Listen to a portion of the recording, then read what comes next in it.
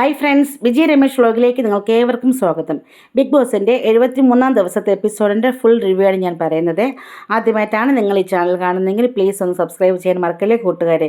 Support ചെയ്ത് നിങ്ങൾക്ക് ഏവർക്കും ഹൃദയത്തിൻ്റെ ഭാഷയിൽ ഒത്തിരി നന്ദി പറഞ്ഞുകൊണ്ട് നമുക്ക് ഇന്നത്തെ വിശേഷങ്ങളിലേക്ക് കിടക്കാം. അപ്പോൾ ലാലേട്ടൻ വന്നിട്ട് ഇങ്ങനെ പറയുകയുണ്ടായി, കഴിഞ്ഞ ആഴ്ച മത്സരാർത്ഥികളുടെ വീട്ടുകാർ വന്ന നിമിഷങ്ങൾക്ക് നമ്മൾ സാക്ഷിയായി. മത്സരാർത്ഥികൾ അവരുടെ യാത്രയുടെ അവസാന ഘട്ടത്തിലേക്ക് നീങ്ങുന്നു.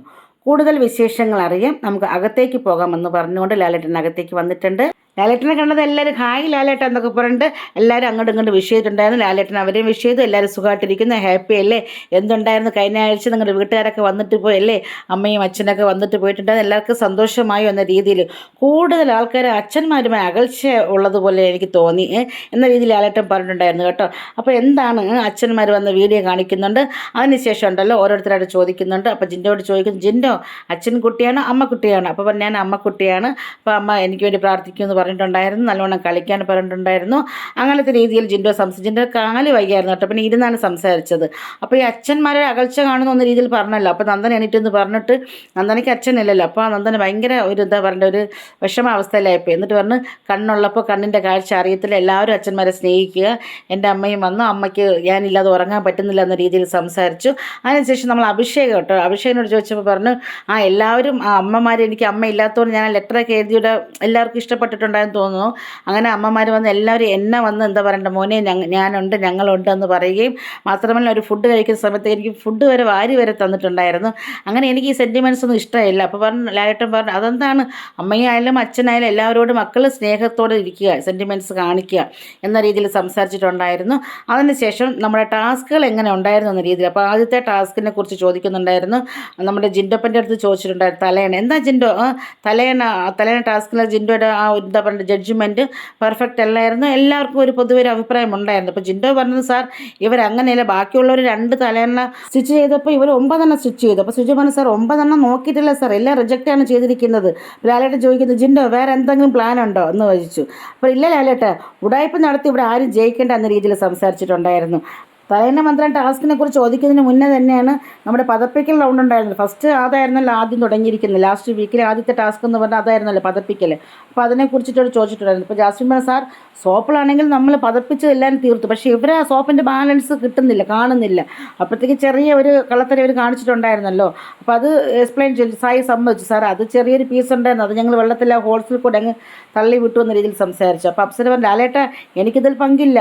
അപ്പോൾ ലാലേട്ടൻ പറഞ്ഞു, സായി നടുവായെങ്കിൽ എന്താ സൂത്രധാരനാണല്ലേ എന്ന രീതിയിൽ സംസാരിച്ചു. പിന്നെ നോറയുടെ ടീമിനെ ജഡ്ജ് ചെയ്തിരിക്കുന്നത് നമ്മുടെ സായി ആയിരുന്നല്ലോ. അപ്പോൾ നോറയ്ക്ക് കറക്റ്റ് സ്റ്റിച്ചിങ് പെർഫെക്റ്റ് അല്ല എന്ന രീതിയിൽ സംസാരിച്ചു. സാർ ഞാനാണെങ്കിൽ ബാഗെല്ലാം സ്റ്റിച്ച് ചെയ്ത് ഞാൻ ആദ്യമായിട്ട് എനിക്ക് ഒരു സാലറി എന്ന രീതിയിൽ കിട്ടിയിരിക്കുന്നത് ബാഗ് തുന്നിയിട്ടാണ്, 2000 രൂപ കിട്ടിയിരിക്കുകയാണ്, എനിക്കാണ് സ്റ്റിച്ചിങ് പെർഫെക്റ്റ് അല്ല എന്ന രീതിയിൽ സായി പറഞ്ഞു എന്ന് പറഞ്ഞു കേട്ടോ. അതിനുശേഷം നമ്മൾ ശ്രീധുനോട് ചോദിക്കുന്നത് ലാലേട്ടൻ, ശ്രീധു എങ്ങനെയാണ്? അപ്പോൾ സാർ ഞാൻ പ്രോപ്പറായിട്ടാണ് ജഡ്ജ്മെൻറ്റ് ചെയ്തത്, മത്തപ്പടി എല്ലാവരും ഗെയിം കളിച്ചു എന്ന രീതിയിൽ സംസാരിച്ചിട്ടുണ്ടായിരുന്നു. അപ്പോഴത്തേക്ക് ജിൻഡോ പറഞ്ഞു, നമുക്ക് ആണെങ്കിൽ ഡെൻ ടീമിനകത്ത് ഒരു പോയിന്റ് കിട്ടുമായിരുന്നു, നമുക്ക് ഒരു തലേനാണ് ശരിയെന്ന് പറഞ്ഞത്. അപ്പോൾ ലാലേട്ടൻ ചോദിച്ചു, അതെന്താണ് നിങ്ങൾ പറയുന്നത്, നിങ്ങൾക്കൊന്നും കിട്ടില്ല, അതുപോലെ അപ്സരയും പറഞ്ഞിരിക്കുന്നത്, അപ്പോൾ എന്തുകൊണ്ട് നിങ്ങൾ അപ്സരയുടെ അവർക്ക് ഒരു തലേനെ കൊടുത്തില്ല, അങ്ങനെ ശരിയല്ല എന്ന രീതിയിൽ സംസാരിച്ചു. അപ്പോൾ അപ്സര പറഞ്ഞു, ഇരിക്കുക എന്ന രീതിയിൽ.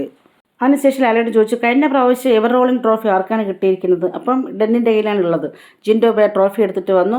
അപ്പോൾ അപ്സര ടീം പറഞ്ഞു, പറ്റില്ല ഞങ്ങൾ അംഗീകരിച്ച് തരില്ല, ഞങ്ങളാണെന്ന രീതിയിൽ പറഞ്ഞിട്ടുണ്ടായിരുന്നു. അങ്ങനെ എന്തായാലും ഇത് നെസ്റ്റിൻ്റെ വിജയമാണെന്ന് പറഞ്ഞിട്ട് ഇത്തവണ കിട്ടിയിരിക്കുന്നത് നെസ്റ്റിനാണ് കേട്ടോ.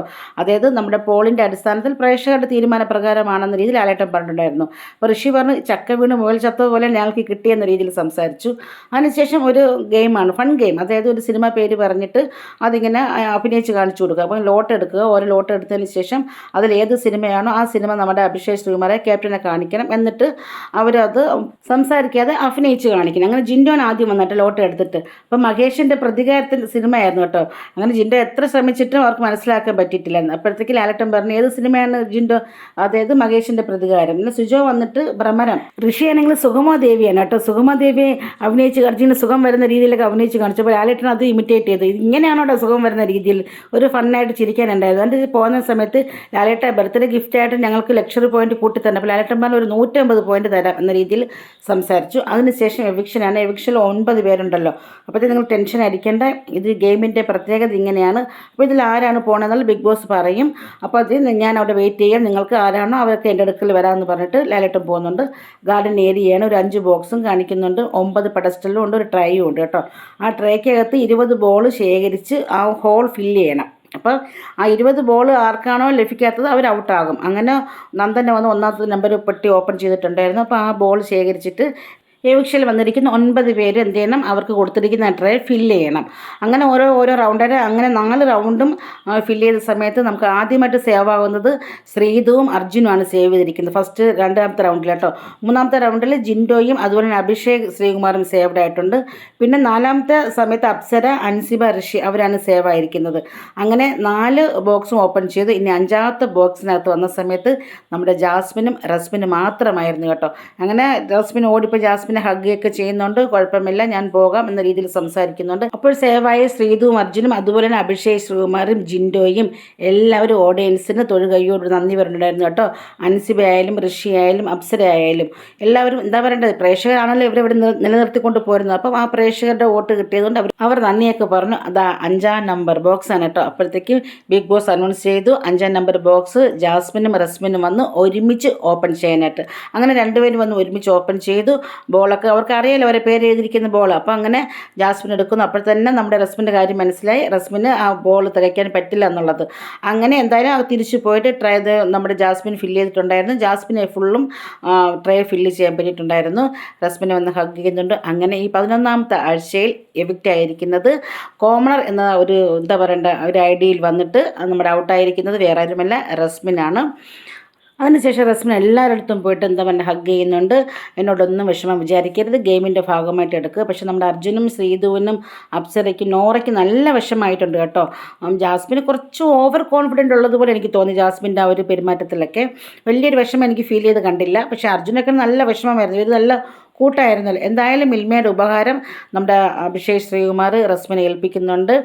എന്താ പറയണ്ടത്, ഇത്രയും ദിവസം ഒരു കോമണർ എന്ന രീതിയിൽ വന്നിട്ട് റസ്മിൻ്റെതായ നല്ല കളിച്ച് വന്നതാണ്. പക്ഷേ എവിടേക്കോ ചെറിയ പാകപ്പിഴകൾ വന്നത് കാരണം ഒന്ന് ഗെയിമിൽ നിന്നും ബാക്കിലേക്ക് പോകേണ്ടി വന്നു. അല്ലെങ്കിൽ ഒരു ടോപ്പ് 5 വരേണ്ട കുട്ടി തന്നെയായിരുന്നു റസ്മിൻ, എൻ്റെ അഭിപ്രായത്തിൽ കേട്ടോ. വന്ന ആ ഒരു ടൈമിലായിരുന്നെങ്കിൽ. പിന്നീട് ഇടയ്ക്ക് വെച്ചൊന്ന് ബ്രേക്ക് ആയിട്ടുണ്ടായിരുന്നു. എന്തായാലും ഇത്രയും സമയം പ്രേക്ഷകർ നമ്മുടെ റസ്മിനെ ഇവിടെ നിർത്തിയിട്ടുണ്ട്. പീപ്പിൾസ് റൂമിൽ പോയതിന് ശേഷം എന്താ ജിമ്മിക്കുട്ട എന്നൊക്കെ പറഞ്ഞിട്ട് പാവയൊക്കെ എടുത്ത് വെച്ച് കളിച്ചതിന് ശേഷം എല്ലാവരോടും യാത്ര പറഞ്ഞു ഫോട്ടോസൊക്കെ എടുത്തതിന് ശേഷം 11ാമത്തെ ആഴ്ചയിൽ നമ്മുടെ റസ്മിനാണ് ഈ ബിഗ് ബോസ് ഹൗസിൽ നിന്നും യാത്ര പറഞ്ഞു പോയിരിക്കുന്നത്. ഇനി നേരെ സ്റ്റേജിൽ പോയിട്ട് ലാലേട്ടനായിട്ട് സംസാരിക്കുന്നുണ്ട്. എനിക്കിവിടെ എത്തിപ്പറ്റാൻ പറ്റിയതിൽ വളരെ നന്ദിയുണ്ട്, എല്ലാവർക്കും താങ്ക്ഫുൾ കൊടുക്കുന്നുണ്ട്. ലാലേട്ടൻ എന്നിട്ട് റസ്മിൻ വന്ന സമയത്തുള്ള വിഷ്വലൊക്കെ നമ്മുടെ എന്താ പറയുക പ്ലാസ്മേറ്റ് അവരുടെ TV-യിൽ കാണിക്കുന്നുണ്ടായിരുന്നു. റസ്മിൻ അത് കാണുന്നുണ്ട്. പിന്നെ നമ്മുടെ പോരാളികൾ, അതായത് നമ്മുടെ പട്ടാളക്കാരുടെ ഒരു മത്സരം ഉണ്ടായിരുന്നല്ലോ, അപ്പോൾ അതിൻ്റെയൊക്കെ കാണിക്കുന്നുണ്ടായിരുന്നു. കുറേ വീഡിയോസ് കാണിക്കുന്നുണ്ടായിരുന്നു കേട്ടോ. ഞാനിങ്ങനെ ചുരുക്കി ഫോട്ടോസ് എടുത്തതേ ഉള്ളൂ. എന്തായാലും ബിഗ് ബോസ് ഹൗസിൽ നിന്നും ഈ 73ാമത്തെ എപ്പിസോഡിൽ 11ാമത്തെ ആഴ്ചയിൽ എവിക്റ്റ് ആയിരിക്കുന്ന വ്യക്തി റസ്മിനാണ്. ഗോഡ് ബ്ലെസ് യു റസ്മിൻ, നന്നായി വരട്ടെ. അതിനുശേഷം ലാലേട്ടൻ വന്നിട്ട് പറയുകയാണ് ഇവിടെ നോമിനേഷൻ തുടരും. ഇപ്പോൾ 9 പേരിൽ ഒരാളാണ് സേവ് ആയിരിക്കുന്നത്. പക്ഷേ ഈ വരുന്ന ശനിയാഴ്ച വരെ വോട്ടിംഗ് തുടരും. അപ്പം നിങ്ങൾ തന്നെയാണ്, ഇനിയുള്ള 8 പേര് തന്നെയാണ് ഈ എവിക്ഷൻ ലിസ്റ്റിലുള്ളത്. അങ്ങനെ ലാലേട്ടൻ അവരോട് ബൈ പറഞ്ഞ് ഗുഡ് നൈറ്റൊക്കെ പറഞ്ഞിട്ട് ലാലേട്ടൻ പോയിട്ടുണ്ട്. അതിനുശേഷം ഓഡിയൻസിൻ്റെ അടുത്ത് വന്നിട്ട് മത്സരം അടുത്ത ഘട്ടത്തിലേക്ക് കടക്കുമ്പോൾ ആധിപത്യത്തിനായുള്ള പോരാട്ടം പുതിയ ഉയരങ്ങളിലേക്ക് എത്തുന്നത് കാണാൻ നമുക്ക് കാത്തിരിക്കാം. വീണ്ടും ശനിയാഴ്ച കാണാം. എല്ലാവർക്കും നല്ലത് വരട്ടെ. ഞാൻ പോയി വരാം. ശുഭരാത്രി എന്ന് പറഞ്ഞുകൊണ്ടാണ് ഇന്നത്തെ 73ാമത്തെ എപ്പിസോഡ് തീർന്നിരിക്കുന്നത്. അപ്പോൾ ഇത്രയും സമയം വീഡിയോ കണ്ട നിങ്ങൾക്ക് ഏവർക്കും ഹൃദയത്തിൻ്റെ ഭാഷയിൽ നന്ദി അർപ്പിക്കുന്നുണ്ട്. ഇന്നങ്ങനെ വലിയ സംഭവങ്ങളൊന്നും നടന്നിട്ടില്ലായിരുന്നു. കഴിഞ്ഞ പോയ ടാസ്കിൽ വന്നിരിക്കുന്ന കാര്യങ്ങളെക്കുറിച്ചും ഫൺ ഗെയിമും കൊടുത്തിട്ടുണ്ടായിരുന്നു. പിന്നെ വീട്ടുകാർ വന്നല്ലോ, അതിനെക്കുറിച്ച് ഡിസ്കസ് ചെയ്തിട്ടുണ്ടായിരുന്നു. പിന്നെ നമ്മുടെ എവിക്ഷൻ റൗണ്ട് ഈ ശനിയാഴ്ച എന്തായാലും ബാക്കി എവിക്ഷൻ തുടരും. അപ്പോൾ ഇത്രയൊക്കെയാണ് ഇന്നത്തെ ദിവസം ബിഗ് ബോസ് ഹൗസിനകത്ത് നടന്നിരിക്കുന്നത്. നാളെ മുതൽ നല്ല ടാസ്കുകൾ വരും. ഇനി എന്തായാലും ബിഗ് ബോസ് തീരാൻ പോകുന്നുണ്ടല്ലോ. ഇന്ന് 73ാമത്തെ എപ്പിസോഡാണ്. ഇനി വളരെ 27 ദിവസം എന്ന് പറഞ്ഞാൽ അങ്ങോട്ട് പോകും. പോയി വന്ന രീതിയിൽ ബിഗ് ബോസിൻ്റെ ഫൈനലും വരും. കളിക്കുന്നവർ കളിക്കട്ടെ. നമുക്ക് എന്തായാലും നാളത്തെ റിവ്യൂവിനെ കാത്തിരിക്കാം. അതുവരെ നിങ്ങൾ ഇവിടെ പറയുന്നു ബിജി രമേശ് വ്ലോഗിലെ ബിജി. ഇഷ്ടം തരണം, കൂട്ടുകൂടാൻ മറക്കല്ലേ. നാളത്തെ റിവ്യൂമേ വരാം. ബൈ.